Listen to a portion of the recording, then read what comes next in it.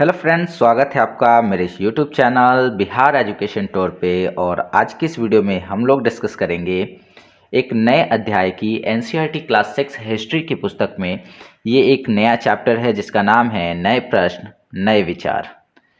ठीक है, तो जैसा नाम से क्लियर है कि नए प्रश्न जब भी आएंगे आपके मनों में तो इसका मतलब है कि आपके नए नए विचारों की उत्पत्ति हो रही है आपके मन में। एक सवाल है यहाँ पर, अनघा निकली सैर पर। अनघा आज पहली बार अपने विद्यालय की ओर से सैर पर जा रही थी। इसके लिए उसने देर रात पुणे यानी महाराष्ट्र से वाराणसी की ट्रेन पकड़ी।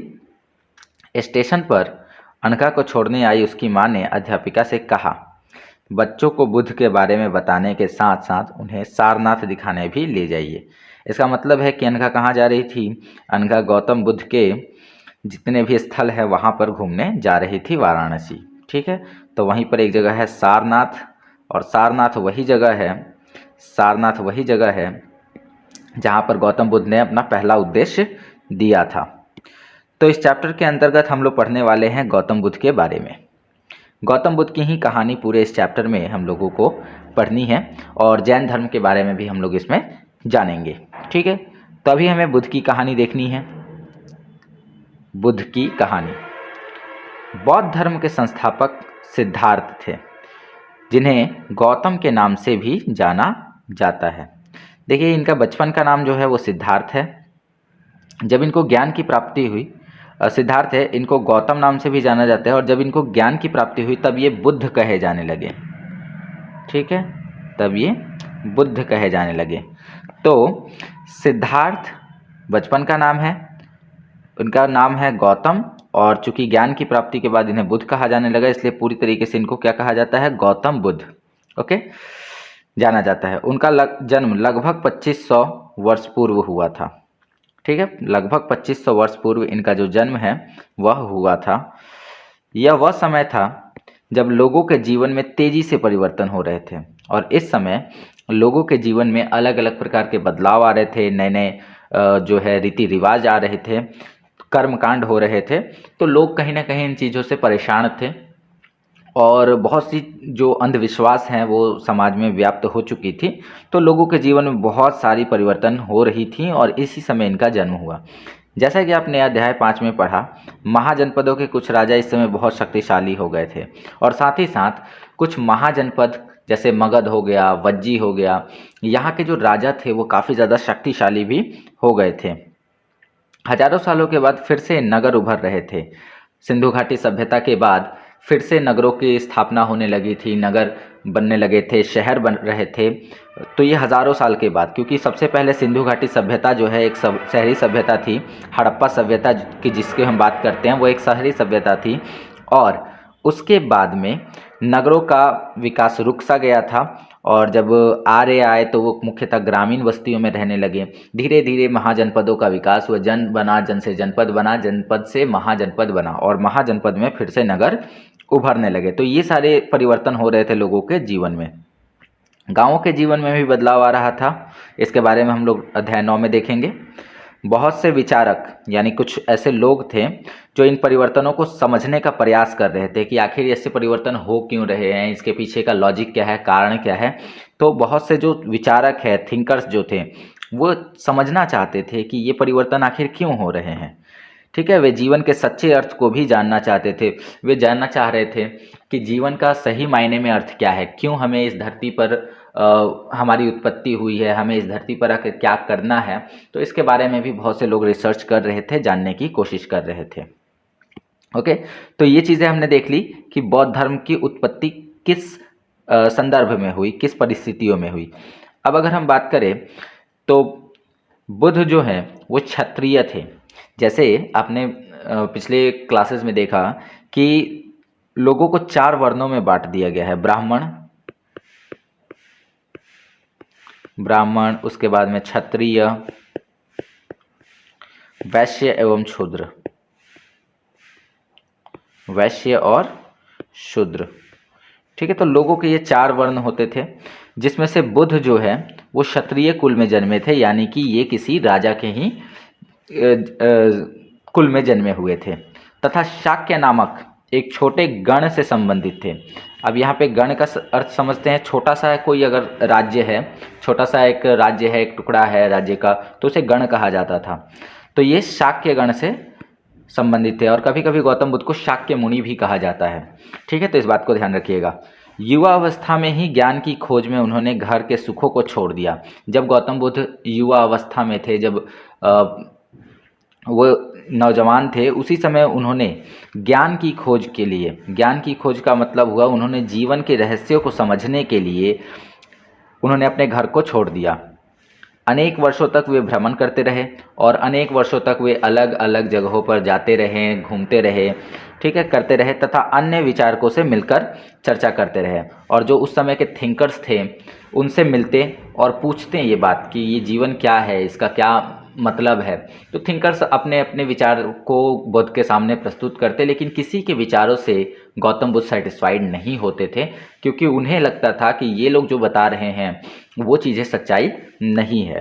अंततः ज्ञान प्राप्ति के लिए उन्होंने स्वयं का ही रास्ता ढूंढा, लेकिन जब कोई रास्ता नहीं मिला, जब किसी से उनको उनके अनुसार ज्ञान की प्राप्ति नहीं हुई, तो उन्होंने खुद से ही अपना रास्ता निकाला, स्वयं से ही अपना रास्ता ढूंढने का निश्चय किया। ओके, इसके लिए उन्होंने बोध गया, यानी जो अभी बिहार में पड़ता है, इसके लिए वे बोध गया गए और वहाँ पर एक पीपल के वृक्ष के नीचे कई दिनों तक तपस्या की। ठीक है, कई दिनों तक तपस्या की और अंततः उन्हें ज्ञान प्राप्त हो गया। इसके बाद से वे बुद्ध के रूप में जाने गए। जब उनको ज्ञान की प्राप्ति हो गई तब उन्हें लोगों ने गौतम की जगह गौतम बुद्ध कहना शुरू किया। ओके, और चूंकि उनका जन्म और उनकी ज्ञान की प्राप्ति जो है बुद्ध पूर्णिमा के दिन ही हुई थी, इसलिए भी इन्हें बुद्ध का नाम दिया जाता है। फिर उसके बाद क्या हुआ, जब ज्ञान की प्राप्ति हो गई तो वहाँ से वे वाराणसी के निकट स्थित सारनाथ गए। इस बात की जिक्र अभी ऊपर कहानी में हुई थी। तो जब उनको ज्ञान की प्राप्ति हो गई तो वो वाराणसी, यानी कि आज के बनारस जो है वाराणसी, वहाँ पर गए। सारनाथ एक जगह है, सारनाथ, वहाँ गए और उन्हें पहली बार अपना उपदेश दिया। उपदेश का मतलब हुआ कि लोगों के समक्ष बैठकर और अपने ज्ञान का प्रसार किया, अपने जो भी बातें उनको पता चली थी जीवन के बारे में, उसको लोगों के सामने उन्होंने रखा, लोगों को समझाया, एक प्रवचन टाइप का दिया। ठीक है, तो उपदेश दिया वहाँ पर। और याद हो कि ये उपदेश जो है पाली भाषा में थी, याद रखना, ये उपदेश पाली भाषा में थी। उसके बाद क्या हुआ, तो सबसे पहले हमने क्या देखा कि गौतम बुद्ध को ज्ञान प्राप्ति हुई बोध गया बिहार में, पीपल वृक्ष के नीचे। उसके अलावा जब उनको ज्ञान प्राप्ति हुई तो वो सारनाथ चले गए और वहाँ पर जाकर उन्होंने अपना पहला उपदेश दिया। कुशीनारा, जिसे कुशीनगर भी लोग कहते हैं, कुशीनारा में मृत्यु से पहले का शेष जीवन उन्होंने पैदल ही एक स्थान से दूसरे स्थान तक की यात्रा करने और लोगों को शिक्षा देने में व्यतीत किया। अंततः क्या हुआ कि कुशीनगर में उनकी मृत्यु हो गई। तो कुशीनगर में उनकी मृत्यु हुई, उससे पहले की जितनी भी यात्रा थी वो सब उन्होंने पैदल ही किया और वो लोगों को शिक्षा देते, पैदल यात्राएं करते और इस प्रकार से उन्होंने पूरा जीवन जो है व्यतीत किया। तो ये हो गई बातें बुद्ध के बारे में। अब आगे हम लोग जानेंगे और बौद्ध धर्म की क्या शिक्षाएं हैं इसके बारे में। बुद्ध ने शिक्षा दी कि यह जीवन कष्टों और दुखों से भरा हुआ है। तो बुद्ध की शिक्षाओं में क्या था? बुद्ध की शिक्षा में था कि जीवन जो है कष्ट और दुखों से भरा हुआ है, जीवन कष्ट और दुखों से भरा है और ऐसा हमारी इच्छा और लालसाओं के कारण होता है। तो ऐसा क्यों होता है? क्योंकि हमारे अंदर कुछ इच्छाएं होती हैं, कुछ हमारी लालसाएं होती हैं। ठीक है, इसके कारण ही जो है हमारा जीवन पूरा कष्टों से भरा होता है। कहने का अर्थ यह है कि यदि मनुष्य को किसी एक वस्तु की प्राप्ति हो जाए तो वो दूसरी वस्तु को प्राप्त करने की कोशिश करता है और यदि उसे वो वस्तु प्राप्त ना हो तो उसे कहीं ना कहीं दुख होता है। और इसी बात को आधार बनाते हुए गौतम बुद्ध ने कहा कि मनुष्य की जो लालसा है, मनुष्य की जो इच्छा है, वो कभी ख़त्म नहीं होती और यही इच्छा मनुष्य के दुखों का कारण होती है। ठीक है, जो हमेशा पूरी नहीं हो सकती। मतलब जो भी इच्छा या जो भी लालसा है वो तो हमेशा पूरी नहीं हो सकती है और अगर पूरी नहीं हुई तो आपको दुख होगा, आपको कष्ट होगा। तो गौतम बुद्ध ने अपनी शिक्षा में कहा कि ये जो जीवन है वो दुखों से भरा है और ये दुख हमारी इच्छा और लालसाओं के कारण ही होता है। कभी कभी हम जो चाहते हैं वह प्राप्त कर लेने के बाद भी संतुष्ट नहीं होते हैं। मान लीजिए कि किसी को कोई वस्तु चाहिए, तो हो सकता है कि उसे वो वस्तु मिल जाए, फिर भी उसे संतुष्टि ना हो, वो किसी और वस्तु के ऊपर अब अपनी नज़र लगाए, ठीक है, और अधिक वस्तुओं को पाने की जो है इच्छा करने लगते हैं। तो ऐसा भी होता है कि एक वस्तु जिसे हम चाह रहे हैं वो मिल जाए हमें, और उसके बाद हम फिर दूसरी वस्तु को भी पाने की कोशिश करते हैं। तो ऐसा हमारी इच्छाओं के कारण होता है। ओके, और यही इच्छा जो है वो जीवन में दुखों और कष्टों का कारण है। ये गौतम बुद्ध की शिक्षा थी। बुद्ध ने इस लिप्सा यानी कि इस इच्छा को तृष्णा कहा है। बुद्ध ने कहा कि ये सब तृष्णा है, ठीक है। तृष्णा का मतलब होता है हमारी इच्छाएं जो कि दिन पर दिन और बढ़ती जाती हैं किसी चीज़ को लेकर, ठीक है। बुद्ध ने शिक्षा दी कि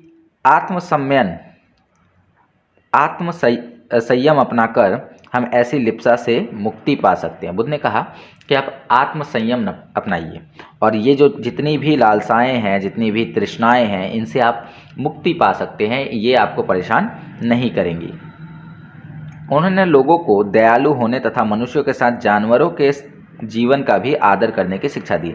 उन्होंने अपनी शिक्षाओं के माध्यम से लोगों को ये समझाया कि आपको किसी के प्रति जो है नफरत नहीं करनी चाहिए, आपको किसी को दुख नहीं पहुंचाना चाहिए, आपको किसी के साथ लड़ाई झगड़ा नहीं करना चाहिए। बहुत सी चीज़ें बताई, और साथ ही साथ ये भी बताया कि मनुष्य को इंसानों की ही नहीं बल्कि जानवरों की भी परवाह करनी चाहिए, जानवरों की भी सेवा करनी चाहिए, क्योंकि प्राण उनमें भी होते हैं। तो ये शिक्षा थी किसकी? गौतम बुद्ध की। वे मानते थे कि हमारे कर्मों के परिणाम, चाहे वे अच्छे हो या बुरे, हमारे वर्तमान जीवन के साथ बाद के जीवन को भी प्रभावित करते हैं। तो इससे एक बात का निष्कर्ष निकलता है कि गौतम बुद्ध जो है वो पूर्व जन्म में विश्वास रखते थे, ठीक है।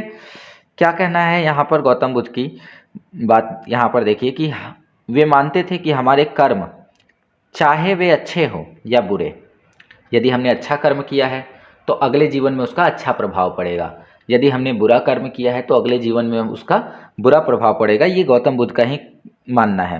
वर्तमान जीवन के साथ साथ बाद के जीवन को भी प्रभावित करता है। अतः गौतम बुद्ध जो है पूर्व जन्म में विश्वास रखते थे। तो अगर कभी एग्जाम में क्वेश्चन आता है कि क्या गौतम बुद्ध पूर्व जन्म में विश्वास रखते थे, तो ऑफकोर्स बुद्ध ने अपनी शिक्षा सामान्य लोगों की भाषा, प्राकृत भाषा में दी है, ठीक है। तो बुद्ध ने अपनी जो शिक्षा दी है वो प्राकृत भाषा में दी है ताकि लोग उसे आसानी से समझ सकें, क्योंकि उस समय जैसे आज के लिए हिंदी और इंग्लिश नेचुरल लैंग्वेज है, और अगर आम लोगों की बात करें तो आम लोगों के बीच में हिंदी काफ़ी ज़्यादा प्रचलित भाषा है, कोई भी इसे आसानी से समझ लेता है। उसी समय गौतम बुद्ध के समय प्राकृत भाषा जो है वो एक लोगों की भाषा थी, सामान्य लोगों की भाषा थी, और कोई भी उसे ईजिली समझ लेता था। इससे सामान्य लोग भी उनके संदेशों को समझ सकें। अगर गौतम बुद्ध ने अपने उपदेशों को किसी ऐसी भाषा में दिया होता जो सामान्य लोगों की नहीं थी लेकिन विशेष भाषा थी, लाइक संस्कृत, तो संस्कृत उस समय जन सामान्य की भाषा नहीं थी, तो संस्कृत में लोग काफ़ी ज़्यादा इन चीज़ों को नहीं समझ पाते। इसलिए बुद्ध ने क्या किया? अपने उपदेशों को प्राकृत भाषा में दिया, लोगों की ही भाषा में दिया जिसे लोग ईजिली समझ सकते थे, ठीक है। अतः उनके संदेशों को आम लोगों ने भी समझा और उनका पालन किया।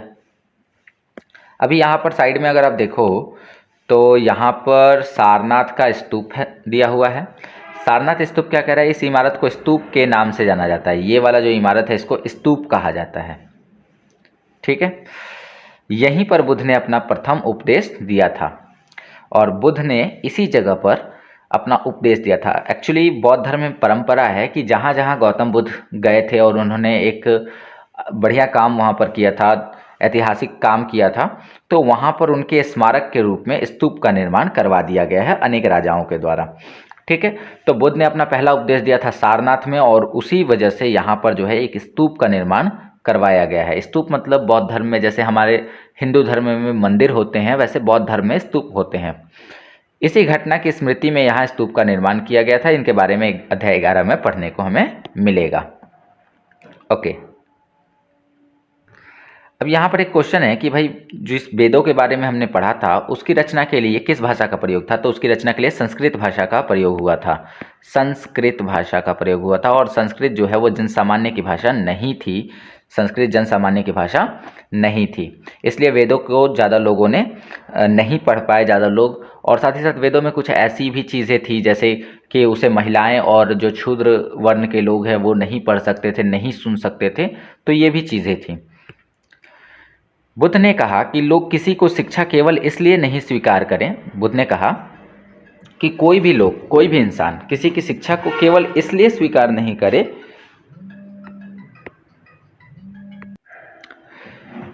बुद्ध ने कहा कि लोग किसी की शिक्षा को केवल इसलिए नहीं स्वीकार करें कि यह उनका उपदेश है। मतलब बुद्ध ने कहा कि आप मेरी शिक्षा को केवल इसलिए स्वीकार मत कर लो कि ये मैंने कहा है, बल्कि वे उसे अपने विवेक से नापें। मतलब कि आप खुद देखिए कि क्या ये सारी बातें जो हैं मैंने बताई वे सारी बातें सही है या नहीं। गौतम बुद्ध ने ऐसा लोगों से कहा कि मैंने जो भी आपको उपदेश दिया, मैंने जो भी आपको ज्ञान दिया है, अगर वो सही नहीं है तो आप उसे मत मानो। आप खुद के विवेक से उस चीज़ को नापिए और देखिए कि जो भी मैंने उपदेश दिए हैं क्या वे उपदेश सही हैं, वास्तव में सही है या नहीं। अगर वो सही हैं तो उसे अपने जीवन में अपनाइए और केवल इसे अपने जीवन में इसलिए मत अपनाइए कि वो मैंने दिए हैं उपदेश। ठीक है, तो उन्होंने ऐसा किस प्रकार किया, चलिए आगे हम लोग देखते हैं। अच्छा, यहाँ पर एक कहानी दी हुई है, किसा गौतमी की कहानी है। इस कहानी को आप लोग पढ़ेंगे तो आपको पता चलेगा कि गौतम बुद्ध किस प्रकार से लोगों को समझाते थे। वे कोई प्रवचन नहीं करते थे बल्कि रियल लाइफ एग्जाम्पलों से लोगों को जो है समझाते थे जीवन के रहस्यों के बारे में। ठीक है, तो ये जो कहानी है वो बुद्ध के विषय में एक प्रसिद्ध कहानी है। एक समय की बात है कि किसा गौतमी नामक एक स्त्री का पुत्र मर गया। ओके, इस बात से वह इतनी दुखी हुई कि वो अपने बच्चे को गोद में लिए नगर की सड़कों पर घूम घूम कर लोगों से प्रार्थना करने लगी कि कोई उसके पुत्र को जीवित कर दे। तो किसा गौतमी नाम की एक महिला थी और वो महिला जो है वो बहुत ही ज़्यादा दुखित हुई अपने पुत्र की मृत्यु के बाद। और दुखित होने के बाद उसने अपने पुत्र के शव को गोद में लिया और नगर में घूम घूम कर लोगों से कहने लगी कि कोई उसके पुत्र को जीवित कर दे। उसमें से एक भला व्यक्ति उन्हें बुद्ध के पास ले गया। एक व्यक्ति ने कहा कि चलो, मैं एक महात्मा को जानता हूँ जो ऐसा कर सकते हैं। तो वो उसको लेकर गया गौतम बुद्ध के पास। अब बुद्ध के पास जाने के बाद जब सारी बातें बुद्ध के सामने रखी गई तो बुद्ध ने कहा कि ठीक है, आप क्या करो कि मुझे एक मुट्ठी सरसों के बीज ला कर दो, मैं तुम्हारे पुत्र को जीवित कर दूंगा। तो किसा गौतमी से गौतम बुद्ध ने कहा कि आप एक मुट्ठी सरसों लाओ, मैं तुम्हारे पुत्र को जीवित कर दूंगा। किसा गौतमी बहुत प्रसन्न हुई, लेकिन जैसे ही वो बीज लेने जाने लगी तभी बुद्ध ने कहा कि सुनिए, ये बीज एक ऐसे घर से मांग कर लाओ जहाँ किसी की मृत्यु नहीं हुई हो। तो किसा गौतमी के साथ गौतम बुद्ध ने एक कंडीशन लगा दी कि ऐसे घर से ही तुमको ये सरसों के बीज लाना है जहाँ पर किसी की मृत्यु नहीं हुई हो। ठीक है, किसा गौतमी एक दरवाजे से दूसरे दरवाजे गई, लेकिन जहाँ भी गई उसने पाया कि हर घर में किसी न किसी की पिता, माता, बहन, भाई, कोई ना कोई जो है वो मृत्यु हुई थी। तो यहाँ पर बुद्ध ने शिक्षा बड़े आराम से किसा गौतमी को दे दी कि मृत्यु जीवन का एक सत्य है और इसे कोई टाल नहीं सकता है। ठीक है, तो ये चीज़ जो है गौतम बुद्ध ने किसा गौतमी को समझाई। तो इस प्रकार कहानियों के माध्यम से, इस प्रकार रियल लाइफ एग्जाम्पलों के माध्यम से गौतम बुद्ध अपनी शिक्षाओं को लोगों तक पहुंचाते थे। ठीक है, और लोग उनको अपने जीवन में ढालकर और अच्छा बेहतर करते थे, बेहतर कर पाते थे। तो ये चीज़ें थी गौतम बुद्ध के बारे में। अब हम लोग बात करेंगे उपनिषदों के बारे में। उपनिषद क्या है, इनके बारे में। जिस समय बुद्ध उपदेश दे रहे थे उसी समय या उससे भी थोड़ा पहले दूसरे अन्य चिंतक भी कठिन प्रश्नों का उत्तर ढूंढने का प्रयास कर रहे थे। इधर गौतम बुद्ध अपने उपदेशों को लोगों के साथ प्रसारित कर रहे हैं और बुद्ध से पहले जो चिंतक हुए थे, मतलब जिस समय बुद्ध की का एग्जिस्टेंस नहीं था, जिस समय गौतम बुद्ध नाम का कोई व्यक्ति नहीं था, उस समय से चिंतक जो है अपने इन प्रश्नों का उत्तर ढूंढने में, जीवन के उपदेशों को ढूंढने में व्यस्त थे, लगे हुए थे। तो कठिन प्रश्नों का उत्तर ढूंढ रहे थे। उनमें से कुछ मृत्यु के बाद के जीवन के बारे में जानना चाहते थे। कुछ ऐसे चिंतक थे जो ये जानना चाहते थे कि आखिर मृत्यु के बाद का जीवन कैसा होता है, मृत्यु के बाद इंसान का क्या होता है, उसकी जो आत्मा होती है वो कहाँ चली जाती है। तो इन सब बातों को लोग जानने की बहुत ज़्यादा कोशिश कर रहे थे। जबकि अन्य जो है यज्ञों की उपयोगिता के बारे में जानने के उत्सुक थे, और अन्य चिंतक जो थे वो जानना चाहते थे कि ये यज्ञ करने से कौन कौन से फल मिलते हैं, कौन कौन सी चीज़ें जो हैं यज्ञ करने से होती हैं। तो बहुत से चिंतक थे, बहुत से चिंतक अलग अलग विषयों पे अपना अध्ययन कर रहे थे, अलग अलग विषयों के बारे में जानने की कोशिश कर रहे थे। ये समय था गौतम बुद्ध से थोड़ा पहले और गौतम बुद्ध के साथ साथ। इनमें से अधिकांश चिंतकों का यह मानना था कि इस विश्व में कुछ तो ऐसा है जो कि अस्थायी है और जो मृत्यु के बाद भी बचा रहता है। तो अधिकांश चिंतक ऐसे थे जिनका मानना है कि संसार में कुछ तो ऐसा है जो परमानेंट है। अगर हम बात करें तो बहुत सी मतलब आप अपने आसपास जो भी चीज़ें देखते हैं वो परमानेंट नहीं है, वो अस्थायी रूप से मौजूद होती है। जैसे मनुष्य है तो मनुष्य भी अस्थायी होता है। कैसे? क्योंकि मनुष्य की मृत्यु के बाद उसका जो अस्तित्व होता है वो खत्म हो जाता है। उसी प्रकार से कोई भी वस्तु यदि दुनिया में एग्जिस्ट करती है तो उसका अंत भी निश्चित है। तो बहुत से लोग ऐसा ये कर रहे थे, ऐसा अनुमान लगा रहे थे कि दुनिया में कुछ तो ऐसा है जो अस्थायी है, ठीक है, और जो मृत्यु के बाद भी बचा रहता है। मतलब किसी की अगर मृत्यु हो जाए तो उसके बाद भी उसका एग्जिस्टेंस जो है रहता है। तो इन चिंतकों ने इसका वर्णन आत्मा तथा ब्रह्म अथवा सार्वभौम आत्मा के रूप में किया। तो इन चिंतकों ने कहा कि ये वो चीज़ है जो मृत्यु के बाद भी बची रहती है, वो है आत्मा या फिर ब्रह्म, या फिर यूँ कहें सार्वभौम आत्मा, ठीक है, जो सभी जगह व्याप्त हो। तो कुछ चिंतक ऐसा मानते थे कि मृत्यु के बाद भी यदि कोई चीज़ बची है तो वो केवल और केवल आत्मा है, और यही धारणा आज भी चली आ रही है। वे मानते थे कि अंततः आत्मा तथा ब्रह्म एक ही है, जो आत्मा है वही ब्रह्म है, ऐसा उनका मानना था। ओके, चलिए, ऐसे कई विचारों का संकलन उपनिषदों में हुआ है। तो उपनिषद क्या है? उपनिषद कई प्रकार के विचारों का संकलन है, जो अलग अलग जो चिंतक है उनके अपने अपने विचारों का एक संकलन ही उपनिषद कहलाता है। उपनिषद उत्तर वैदिक ग्रंथों का हिस्सा थे। उत्तर वैदिक का मतलब जैसे वेद 4 हैं, तो वेद जो हैं 4 हैं, तो जिसमें से ऋग्वेद सबसे प्राचीन है। ये तो आपको पता होगा कि ऋग्वेद जो है वो सबसे प्राचीन है, और ऋग्वेद के बाद जितने भी ग्रंथों की रचना हुई, चाहे वो यजुर्वेद हो, चाहे वो सामवेद हो, चाहे वो अथर्ववेद हो या उपनिषद हो, सभी के सभी उत्तर वैदिक कहलाएं। सभी के सभी क्या कहलाएं? उत्तर वैदिक ग्रंथ कहलाएं। ओके, तो इन जो उपनिषद थे वो उत्तर वैदिक ग्रंथों का ही हिस्सा थे। उपनिषद का शाब्दिक अर्थ है गुरु के समीप बैठना। उपनिषद को अगर हिंदी में देखा जाए तो उपनिषद का मतलब होता है गुरु के समीप बैठकर और ज्ञान जो भी बातें हैं उसको ध्यान से सुनना या उन बातों पर विचार विमर्श करना, है ना। इन ग्रंथों में अध्यापकों और विद्यार्थियों के बीच बातचीत का संकलन किया गया है। तो उपनिषदों के अंदर क्या किया गया है? जो भी गुरु के समीप, जैसे यहाँ पर बताया जा रहा है कि उपनिषद का अर्थ होता है गुरु के समीप बैठना, तो इसका मतलब है कि गुरु और शिष्य जो हैं वो दोनों आमने सामने बैठते हैं और उनके बीच में जो भी बातें हो रही हैं, जो भी विचार विमर्श हो रहा है, उसको एक पुस्तक में संकलित किया गया है और उन्हीं पुस्तकों को उपनिषद कहा गया है। ठीक है, प्रायः ये विचार सामान्य वार्तालाप के रूप में प्रस्तुत किए गए हैं। जैसे दो लोग आपस में बातें कर रहे हो, इसी प्रकार से इसको लिखा गया है। गुरु ने क्या कहा, फिर शिष्य ने क्या कहा, फिर गुरु ने क्या कहा, फिर शिष्य ने क्या कहा, ऐसे करके यहाँ पर जो उपनिषद है उसको लिखा गया है। चलिए, तो अगर हम बात करें, इधर एक इन्फॉर्मेशन दी हुई है, इसको भी चलिए हम देख लेते हैं। भारतीय दर्शन की 6 पद्धति, जिसको षड दर्शन कहते हैं। भारतीय दर्शन में षड दर्शन एक प्रसिद्ध दर्शन है। क्या है कि सदियों से भारत द्वारा सत्य की बौद्धिक खोज का प्रतिनिधित्व दर्शन की 6 शाखाओं ने किया है। अगर हम बात करें कि सदियों से भारत द्वारा जो सत्य की बौद्धिक खोज है, सत्य जो भी है, मतलब कि क्या सही है, क्या गलत है, जीवन में क्या सत्य है, इसकी जो खोज है, इसका प्रतिनिधित्व 6 दर्शनों ने, दर्शन की 6 शाखाओं ने किया है।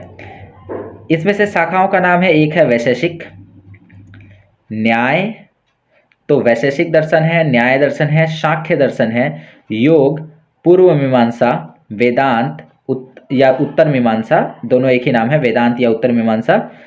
तो ये टोटल क्या है, हमारे 6 दर्शन हैं। ठीक है, दर्शन की इन 6 पद्धतियों की स्थापना क्रमशः ऋषि कणाद, तो वैशेषिक जो दर्शन है इसको किसने लिखा है? इसकी जो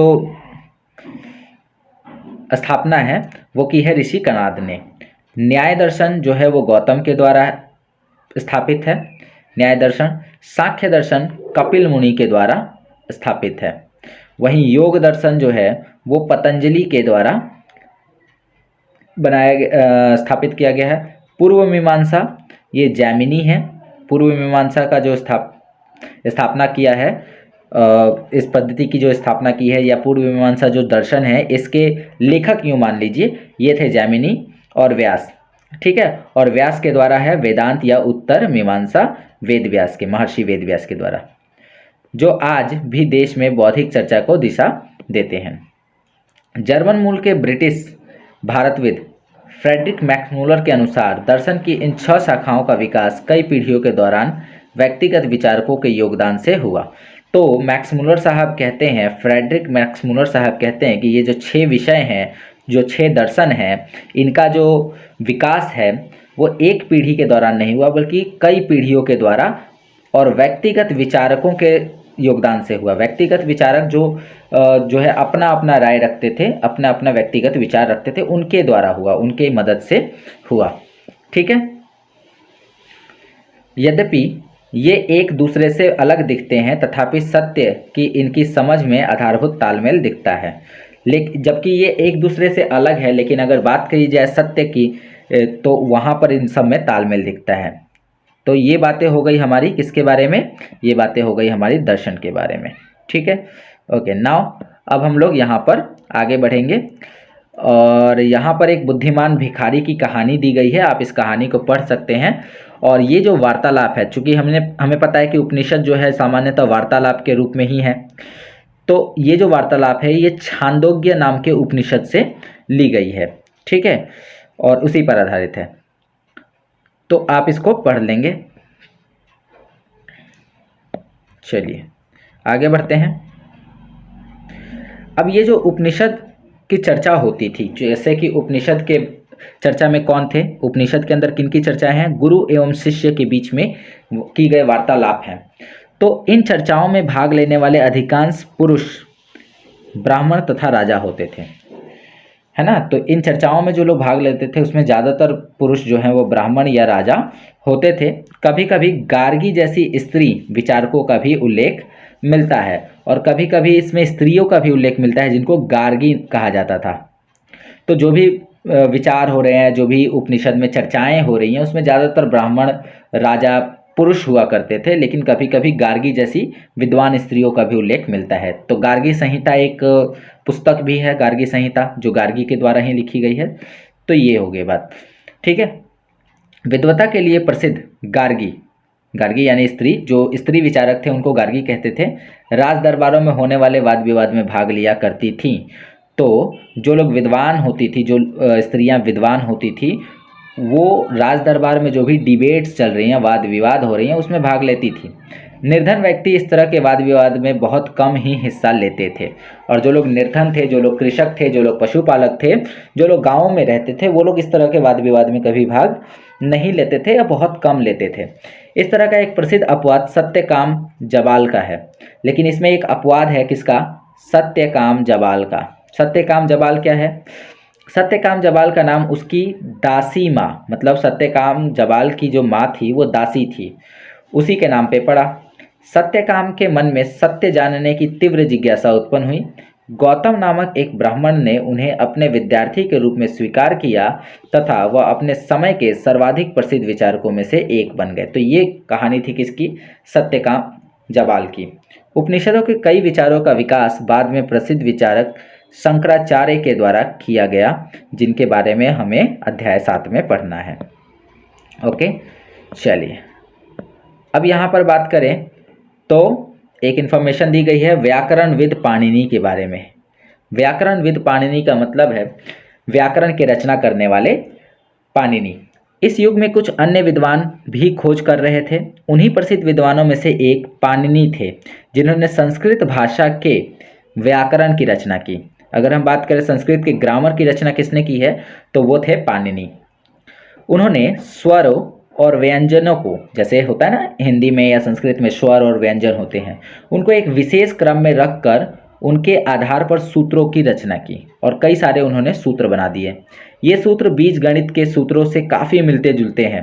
इनका प्रयोग कर उन्होंने संस्कृत भाषा के प्रयोग के नियम, लघु सूत्र लगभग 3000 के रूप में लिखे। मतलब कहने का है कि इन्हीं सूत्रों का प्रयोग करके उन्होंने लगभग 3000 सूत्र लिख दिए। किन्होंने? पाणिनि ने। तो पाणिनि ने संस्कृत भाषा के व्याकरण की रचना की थी, बस आपको इतना याद रखना है। अब अगर हम बात करें जैन धर्म की, तो जैन धर्म क्या है? जैसे बौद्ध धर्म के बारे में तो हमने चर्चा कर ली, बौद्ध धर्म के समकालीन क्या क्या चीज़ें चल रही थी उसकी भी चर्चा हो गई। तो अब हम लोग बात करेंगे जैन धर्म की। इस युग में अर्थात लगभग 2500 वर्ष पूर्व जैन धर्म के 24वें तीर्थंकर, ठीक है, 24वें और युग हैं अंतिम तीर्थंकर थे वर्धमान महावीर। तो जैन धर्म बहुत पुराना धर्म था और उसमें 24वें तीर्थंकर या अंतिम तीर्थंकर थे वर्धमान महावीर। इन्होंने अपने विचारों का प्रसार किया और यहीं से जैन धर्म जो है आगे फला फूला। वह वज्जी संघ के लिच्छवी कुल के एक क्षत्रिय राजकुमार थे। ये कौन थे? जैसे गौतम बुद्ध के बारे में हम देखते हैं तो गौतम बुद्ध शाक्य कुल के राजकुमार थे, उसी तरह से जो जैन धर्म के प्रवर्तक है 24वें तीर्थंकर है वर्धमान महावीर, वो एक लिच्छवी कुल के क्षत्रिय राजकुमार थे, ठीक है, वज्जी के थे। इस संघ के विषय में हमने अध्याय 5 में पढ़ा है, जब गौतम बुद्ध से सलाह लेने गए थे अजातशत्रु वज्जी पर आक्रमण करने के लिए, तो वहाँ पर कुछ बातें हमें वज्जी के बारे में पता चली थी। 30 वर्ष की आयु में उन्होंने घर को छोड़ दिया। तो लगभग 30 वर्ष के जब वर्धमान महावीर थे तो उन्होंने अपना घर छोड़ दिया और फिर जंगल में रहने लगे। 12 वर्षों तक उन्होंने कठिन तपस्या की और एक काकी जीवन बिताया, मतलब एकदम सबसे अलग जीवन बिताया। इसके बाद उन्हें ज्ञान प्राप्त हुआ। उनकी शिक्षा सरल थी। सत्य जानने की इच्छा रखने वाले प्रत्येक स्त्री व पुरुष को अपना घर छोड़ देना चाहिए। वो सीधा कहते थे कि यदि आपके अंदर सत्य जानने की इच्छा है तो आपको अपने गृह का त्याग कर देना चाहिए। ये उनकी इच्छा थी जो कि एकदम सरल थी। प्रत्येक स्त्री व पुरुष को अपना घर छोड़ देना चाहिए। उन्हें अहिंसा के नियमों का कड़ाई से पालन करना चाहिए। जो भी स्त्री या पुरुष सत्य जानने की इच्छा रखते हैं उन्हें पहला तो घर छोड़ देना चाहिए, ठीक है। अहिंसा के नियमों का एकदम कड़ाई से पालन करना चाहिए, अर्थात किसी भी जीव को ना तो कष्ट देना चाहिए और ना ही उनकी हत्या करनी चाहिए।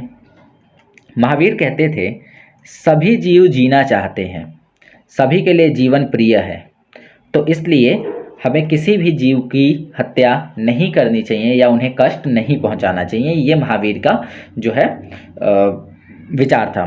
महावीर ने अपनी शिक्षा प्राकृत में दी। महावीर ने अपनी शिक्षा प्राकृत भाषा में दी और गौतम बुद्ध ने भी अपनी शिक्षा जो है प्राकृत भाषा में ही दी थी, क्योंकि ये आम जनों की भाषा थी और लोग जो है इससे काफ़ी ज़्यादा जुड़ाव महसूस करते थे। यही कारण है कि साधारण जन भी उनके तथा उनके अनुयायियों की शिक्षा को समझ सकें।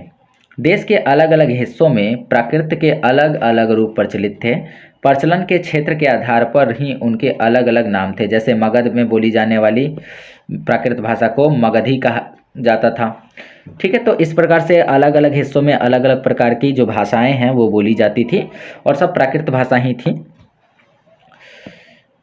उसके आगे अगर हम बात करें तो जैन नाम से जाने गए महावीर के अनुयायियों को भोजन के लिए भिक्षा मांगकर सादा जीवन बिताना होता था। महावीर स्वामी के जो अनुयायी थे, मतलब महावीर स्वामी के नियमों को जो लोग मानते थे, जो लोग उनको फॉलो करते थे, वे जैन नाम से जाने जाते थे, उनको जैन कहा जाता था, ठीक है। और इन्हें अपने भोजन के लिए भिक्षा मांगनी होती थी और एकदम सादा जीवन हमेशा व्यतीत करना पड़ता। उन्हें पूरी तरह से ईमानदार होना पड़ता था, पूरी तरह से ईमानदार, चोरी न करना उनकी सख्त हिदायत थी। उन्हें ब्रह्मचर्य का पालन करना होता था, यानी आजीवन उनको विवाह नहीं करना होता था। पुरुषों को वस्त्र सहित सब कुछ त्याग देना पड़ता था, यानी जो पुरुष थे उनको कपड़ा भी पहनना वर्जित था। तो ये बातें थी जैन धर्म के बारे में, ओके। अब अगर हम बात करें, जैन जो शब्द है वो जिन शब्द से निकला है और जिसका अर्थ होता है विजेता। जिन शब्द का अर्थ होता है विजेता। अधिकांश व्यक्तियों के लिए ऐसे कड़े नियमों का पालन करना बहुत कठिन था। जैसे गौतम बुद्ध ने कहा कि किसी भी जीव की हत्या नहीं करनी चाहिए, या फिर व्यक्ति को अपना घर त्याग देना चाहिए, सादा जीवन व्यतीत करना चाहिए, और पुरुषों को कपड़े भी पहनना अलाउ नहीं था। तो सबके लिए ये नियमों का पालन करना थोड़ा मुश्किल होता था। फिर भी हजारों व्यक्तियों ने इस नई जीवन शैली को जानने और सीखने के लिए अपने घरों को छोड़ दिया। कई अपने घरों पर ही रहे और भिक्षु भिक्षुणियों जो लोग बने थे उनको भोजन प्रदान करके उनकी सहायता करते थे। तो कई लोगों ने इनको फॉलो किया, अपने घरों को त्यागा, सादा जीवन व्यतीत किया, भिक्षु और भिक्षुणी के रूप में अपने आप को स्थापित किया। लेकिन कुछ लोग ऐसे भी थे जो घर पे ही थे, लेकिन जो लोग भिक्षु भिक्षुणी बने हैं उनकी वो सहायता करते थे, उनको भोजन प्रदान करके। मुख्यतः व्यापारियों ने जैन धर्म का समर्थन किया। तो सबसे ज़्यादा अगर जैन धर्म का समर्थन किसी ने किया तो वो थे व्यापारी। किसानों के लिए इन नियमों का पालन अत्यधिक कठिन था। किसानों के लिए कठिन इसलिए था क्योंकि जब वे खेतों में काम करते थे तो कोई ना कोई जीव उनके हाथों ज़रूर मारा जाता था, क्योंकि फसल की रक्षा के लिए उन्हें कीड़े मकोड़ों को मारना पड़ता था। बाद में सदियों में जैन धर्म उत्तर भारत के कई हिस्सों के साथ गुजरात, तमिलनाडु और कर्नाटक में भी फैल गया। तो बाद की सदियों में जो जैन धर्म है वो कई जगह और फैल गया, जैसे गुजरात में, तमिलनाडु में, कर्नाटक में, यहाँ भी वो फैलने लगा। महावीर तथा उनके अनुयायियों की शिक्षाएं कई शताब्दियों तक मौखिक रूप से ही रही। महावीर ने जो शिक्षाएं दी, उनके अनुयायियों ने जो शिक्षाएं दी, वो मौखिक रूप में ही एक पीढ़ी से दूसरे पीढ़ी तक जाती रही। वर्तमान रूप में उपलब्ध जैन धर्म की जो शिक्षाएं हैं वो लगभग 1500 वर्ष पहले गुजरात में वल्लभी नामक स्थान पर लिखी गई। अब अगर बात की जाए संघ की, तो संघ क्या होता था? महावीर तथा बुद्ध दोनों को का ही मानना था कि घर का त्याग करने पर ही सच्चे ज्ञान की प्राप्ति हो सकती है। चाहे महावीर स्वामी हो चाहे गौतम बुद्ध हो, दोनों ने ये कहा था कि घर का त्याग करने के बाद ही आपको जो असली सत्य है, जो असली ज्ञान है, उसकी प्राप्ति होगी। ऐसे लोगों के लिए उन्होंने संघ नामक संगठन बनाया और ऐसे लोगों के लिए उन्होंने कहा कि अब हमें संघ में रहना है। मतलब जो लोग भी घर त्याग कर आते थे उन्हें संघ में शामिल कर लिया जाता था। उनके एक ग्रुप को संघ कहा जाता था, जहां घर के त्याग करने वाले लोग एक साथ रह सकें। संघ में रहने वाले बौद्ध भिक्षुओं के लिए बनाए गए नियम जो है विनय पिटक नामक ग्रंथ में मिलते हैं। तो यहाँ से एक क्वेश्चन बन रहा है कि विनय पिटक के अंदर क्या संकलित है? तो विनय पिटक के अंदर संघ में रहने वाले लोगों के लिए नियम कानून मौजूद है, या फिर यूं कहें कि संघ में रहने वाले लोगों के लिए नियम कानून किस ग्रंथ में मिलते हैं? तो ये मिलते हैं विनय पिटक में। ये बौद्ध धर्म का है। विनय पिटक से हमें पता चलता है कि संघ में पुरुष और स्त्रियों के रहने की अलग अलग व्यवस्था थी। सभी व्यक्ति संघ में प्रवेश ले सकते थे। तो विनय पिटक में ऐसा लिखा हुआ है कि जो स्त्री हैं और जो पुरुष हैं, इनके दोनों के रहने की व्यवस्थाएं अलग थी। जो भी व्यक्ति चाहे वो इस संघ में प्रवेश ले सकता था, लेकिन कुछ अपवाद थे। संघ में प्रवेश के लिए जो बच्चे हैं उनको अपने माता पिता से अनुमति लेनी है। अगर कोई व्यक्ति दास है तो वो अपने स्वामी से अनुमति लेकर आ सकता है। राजा के यहाँ काम करने वाले जो लोग हैं उसको राजा से अनुमति लेनी होती थी। कर्जदारों को अपने देनदारों से अनुमति लेनी होती थी। अगर कोई कर्जदार है, किसी ने बहुत सारा कर्ज लिया है और वो सोच रहा है कि वो बौद्ध धर्म को या जैन धर्म को अपनाकर और फिर भिक्षु का जीवन जिए ताकि उससे कोई कर्ज ना मांगे, तो उसके लिए पहले अपने देनदार से अनुमति दिलानी होगी। अगर कोई स्त्री संघ को ज्वाइन करना चाहती है तो पहले उसे अपने पति से इसकी अनुमति लेनी होती थी। तो ये सारे कुछ नियम कानून संघ में लागू होते थे। संघ में प्रवेश लेने वाले स्त्री पुरुष बहुत सादा जीवन बिताते थे। वे अपना अधिकांश समय ध्यान करने में बिताते थे और दिन में एक निश्चित समय पर वे शहरों तथा गांवों में जाकर भिक्षा मांगते थे। यही कारण है कि उन्हें भिक्षु तथा भिक्षुणी कहा गया। वे आम लोगों को शिक्षा देते और साथ ही एक दूसरे की सहायता भी करते थे। अगर किसी तरह की आपसी लड़ाई हो जाती थी, अगर किसी तरह की आपस में लड़ाई हो गई लोगों के बीच में, तो इसका निपटारा करने के लिए वे प्रायः बैठक भी किया करते थे। हमेशा पास में बैठकर और फिर बात करते थे कि क्या किया जाए, किसकी गलती है। तो लाइक पंचायत की तरह ही ये काम होता था। संघ में प्रवेश लेने वाले ब्राह्मण, क्षत्रिय, व्यापारी, मजदूर, नाई, गणितकार, दास, ये सब कुछ थे। इनमें कई लोगों ने बुद्ध की शिक्षाओं के विषय में लिखा तथा कुछ लोगों ने संघ में अपने जीवन के विषय में सुंदर कविताओं की रचना की। ठीक है, तो संघ एक ऐसा स्थान था जहाँ पर कोई भी जाति का व्यक्ति आ सकता था, इसमें कोई भेदभाव नहीं था। ठीक है, चलिए अब यहाँ पर आप देख सकते हैं कि पहाड़ी को काटकर कुछ गुफा का निर्माण किया गया है। यह जो गुफा है वो कार्ले गुफा है, जो कि वर्तमान महाराष्ट्र में है। यहाँ भिक्षु भिक्षुणी जो है शरण रहकर ध्यान करके यहीं पर अपना जीवन बिताते थे। ठीक है, अब बात करी जाए अगर विहार की, तो विहार का मतलब क्या होता है। चलिए, जैन तथा बौद्ध भिक्षु पूरे साल एक स्थान से दूसरे स्थान घूमते हुए उपदेश दिया करते थे। तो जो भी जैन भिक्षु थे या जो भी बौद्ध भिक्षु थे वो पूरे साल एक जगह से दूसरी जगह घूमते थे, लोगों को उपदेश देते थे, भिक्षा मांगते थे, ये सब। लेकिन जब वर्षा ऋतु होती थी तो यात्रा करना थोड़ा कठिन हो जाता था, इसलिए वे एक स्थान पर निवास करते थे और ऐसे समय वे अपने अनुयायियों द्वारा जो उद्यान बनवाए जाते थे उसमें अस्थायी निवासों में निवास करते थे। तो उनके जो अनुयायी है, उनके जो फॉलोवर्स हैं या जिस भी गांव में वो रुकने का चाहे तो उनके लिए क्या बना दिया जाता था, कुछ उद्यान बना दिया जाता था, कुछ ऐसी जगह बना दी जाती थी जहां पर बैठकर वो लोग ध्यान कर सकें। और ज़्यादातर ये चीज़ें प्राकृतिक गुफाओं में भी हुआ करती थी। जैसे जैसे समय बीतता गया, भिक्षु भिक्षुणियों ने स्वयं तथा उसके समर्थकों ने अधिक अस्थायी स्थलों की आवश्यकता का अनुभव किया। तो जैसे जैसे समय बीता लोगों को लगने लगा, जो भिक्षु भिक्षुणी बने थे, कि नहीं, एक अस्थायी जगह होना चाहिए जहाँ पर बैठकर और ध्यान किया जा सके और अपने सारे क्रियाकलापों को किया जा सके। ठीक है, और आगे क्या है, हाँ, उनके समर्थकों ने अस्थायी शरण की आवश्यकता का अनुभव किया। तब कई शरण स्थल बनाए गए जिन्हें विहार कहा गया। तो विहार सिंपली क्या था, बौद्ध या जैन भिक्षु और भिक्षुणियों के रहने का जगह था, जो था विहार। आरंभिक विहार लकड़ी के बनाए गए, बाद में इनके निर्माण में ईंटों का प्रयोग होने लगा। तो पहले तो इसको लकड़ी से बनाया गया, लेकिन बाद में उसमें ईंट का प्रयोग किया जाने लगा। पश्चिम भारत में विशेषकर कुछ विहार पहाड़ियों को खोद कर बनाए गए थे। तो अगर बात की जाए पश्चिम भारत की, तो यहाँ पर कुछ विहारों को पहाड़ को खोद कर बनाया गया था।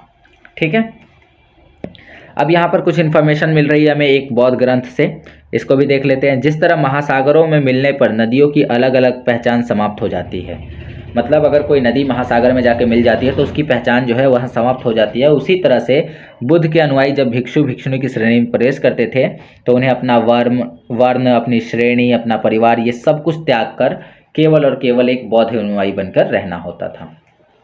ठीक है, प्रायः किसी धनी व्यापारी, राजा अथवा भूस्वामी द्वारा दान में दी गई भूमि पर विहार का निर्माण होता था। स्थानीय व्यक्ति भिक्षु भिक्षुणियों के लिए भोजन, वस्त्र, दवाई ये सब लेकर आते थे, जिसके बदले में ये भिक्षु और भिक्षुणी लोगों को शिक्षा देते थे।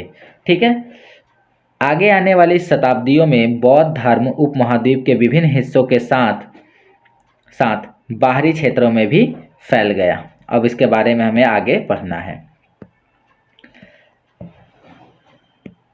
अब अगर बात की जाए आश्रम व्यवस्था की, तो यह आश्रम व्यवस्था क्या थी, चलिए देख लेते हैं। जैन और बौद्ध धर्म जिस समय लोकप्रिय हो रहे थे, लगभग उसी समय ब्राह्मणों ने आश्रम व्यवस्था का विकास किया। जिस समय जैन धर्म और बौद्ध धर्म बहुत ज़्यादा लोगों के बीच में लोकप्रिय हो रहे थे, उसी समय ब्राह्मणों ने अपने धर्म को बचाने के लिए एक व्यवस्था की जिसका नाम रखा आश्रम व्यवस्था। आश्रम शब्द का मतलब यहाँ पर रहने के स्थान से नहीं है, बल्कि ध्यान के लिए प्रयोग में आने वाले स्थान से नहीं है, रहने या किसी ध्यान करने वाले जगह से नहीं है, लेकिन इसका तात्पर्य क्या, जीवन के एक चरण से है। आश्रम व्यवस्था में जीवन के चरण को डिस्क्राइब किया गया है, दर्शाया गया है। तो ये कौन कौन से हैं, पहला है ब्रह्मचर्य, दूसरा है गृहस्थ, तीसरा है वानप्रस्थ और चौथा है संन्यास। ये 4 आश्रम थे। ब्रह्मचर्य के अंतर्गत ब्राह्मण, क्षत्रिय, वैश्य, उनसे ये अपेक्षा की जाती थी कि इस चरण के दौरान वे सादा जीवन बिताकर वेदों का अध्ययन करेंगे। अगर कोई ब्रह्मचर्य का पालन करना चाहता है तो उसे अपना पूरा जीवन सादा व्यतीत करना होगा और वेदों का अध्ययन करना होगा। जो लोग गृहस्थ आश्रम को फॉलो करते थे, जो लोग गृहस्थ आश्रम को फॉलो कर रहे थे, उनसे ये उम्मीद की गई कि उन्हें विहार विवाह करना है और एक गृहस्थ के रूप में रहना होता था। वानप्रस्थ के अंतर्गत उन्हें जंगल में रहकर साधना करनी थी और अंत में सब कुछ त्याग कर उन्हें सन्यासी बन जाना था। तो ये 4 जो है चरण थे जीवन के। या तो आप ब्रह्मचर्य रह जाइए, आजीवन जो है अविवाहित रह जाइए, या फिर विवाह कीजिए और एक गृहस्थ के रूप में, एक परिवार के रूप में आप अपने जीवन को बढ़ाएं। ठीक है। वानप्रस्थ के अंतर्गत लोगों से कहा जाता था कि आपको जंगल में रहना पड़ेगा, आपको साधना करनी पड़ेगी, और संन्यास अगर लेना है तो आपको सब कुछ त्याग कर केवल और केवल ध्यान लगाना होगा। तो ये चीज़ें थी ब्राह्मणों के द्वारा लागू की गई थी। कौन सी व्यवस्था? आश्रम व्यवस्था। आश्रम व्यवस्था ने लोगों को अपने जीवन का कुछ हिस्सा ध्यान में लगाने पर बल दिया। तो आश्रम व्यवस्था में लोगों से ये भी उम्मीद की गई कि आप अपने जीवन का कुछ हिस्सा जो है ध्यान पर लगाइए।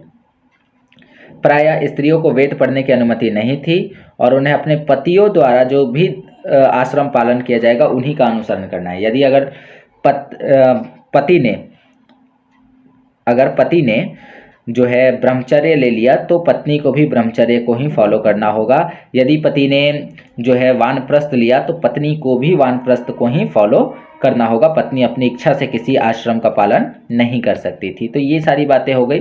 अब एक छोटी सी इन्फॉर्मेशन यहाँ पर है, मैं आपको बता दूँ कि जो ईरान है वहाँ पर एक जरथुस्त ईरानी पैगंबर थे और उनकी शिक्षा का जो संकलन था वो जेंद अवेस्ता नाम के ग्रंथ में था। तो जेंद अवेस्ता क्या है? एक ईरानी ग्रंथ है। ठीक है, ईरानी ग्रंथ है जो कि जरथुस्त्र जो ईरान के पैगंबर थे उसमें उनकी शिक्षाओं का संकलन मिलता है। जेंद अवेस्ता की जो भाषा है और इसमें जो वर्णित रीति रिवाज है वो वेदों की भाषा और रीति रिवाज से काफ़ी हद तक मिलती जुलती है। जरथुस्त्र की मूल शिक्षा का सूत्र है सद्विचार, सद्वचन, सद्कार्य। ठीक है, तो ये बातें हो गई हमारी इसके बारे में। बाकी की इन्फॉर्मेशन आप ऐसे पढ़ लीजिएगा। और यहाँ पर अगर देखी जाए तो ये इन्फॉर्मेशन है कि यही जरथुस्त्र जो ईरान के लोग थे, ये लोग भारत के गुजरात और महाराष्ट्र के तट पर आ गए और आज जो पारसी जिन्हें हम कहते हैं ये उनके पूर्वज थे। तो उम्मीद करता हूँ दोस्तों कि आपको ये जितनी भी इन्फॉर्मेशन मैंने आज बताई, आज मैंने जो चैप्टर आपको पढ़ाया, ये चैप्टर समझ में आया होगा। ये बहुत ही छोटा चैप्टर था इसलिए एक ही वीडियो में इसको कंप्लीट कर लिया गया है। ओके, तो वीडियो थोड़ी सी लंबी है ज़रूर लेकिन इन्फॉर्मेटिव भी है। तो उम्मीद करता हूँ कि आपको ये सारी चीज़ें अच्छे से समझ में आ गई हैं। तो चलिए अब मिलेंगे आपसे अगले वीडियो में अगले चैप्टर के साथ। तब तक के लिए take care, bye bye, keep learning and thank you.